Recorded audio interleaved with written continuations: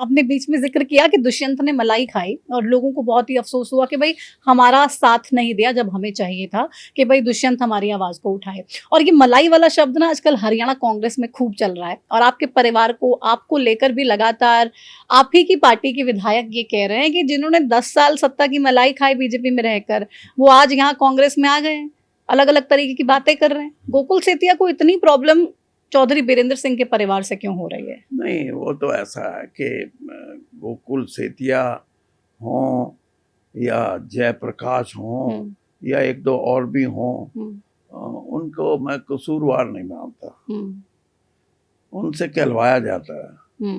दूसरी बात मैं ये कहूँगा कि मेरी मलाई का जरूर इन्वेस्टिगेशन किया जाए कि मैंने अगर मलाई मैंने या मेरे बेटे ने या मेरी धर्मपत्नी ने कोई 54 साल की तो मेरी राजनीति हो गई और उससे पहले मेरे पिताजी भी मिनिस्टर भी रहे और रहे। मैंने 12.5 एकड़ जमीन बेची है, 2.5 एकड़ खरीदी है। तो अब इसमें नफा नुकसान आप देख लें, मेरे बैंक बैलेंस को चेक कर लें, मेरी प्रॉपर्टी को चेक कर लें। और सही बात मैं ये कहूँ कि कई बार मन में आ जाती थी, मैं इतना भला इंसान नहीं हूँ कि मेरे अंदर कोई ऐसी भावना ना आए कि मैं भी पैसा क्यों ना बनाऊं। लेकिन कुछ मान्यताएं जैसे मैंने बताई, अब इनको ये कौन समझाए कि किस परिवार के बारे में ये मलाई की बात करते हैं।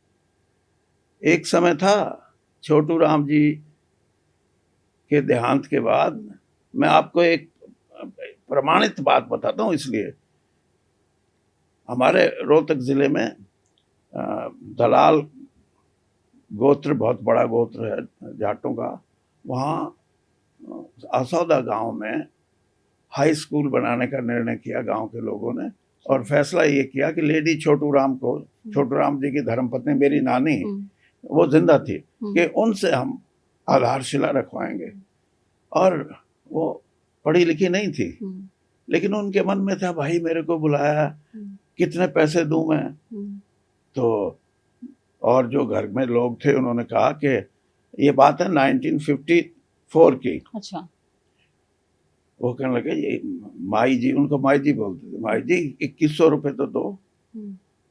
2100 रुपये नहीं थे छोटू राम जी की धर्मपत्नी पे, कहीं से लेके देने पड़े। मैं इसलिए बताता हूँ कि ये लोग जो बात करते हैं सिर्फ मलाई की बात उन पे लागू होती है जो मर्यादित राजनीति से हटके बात करते हैं।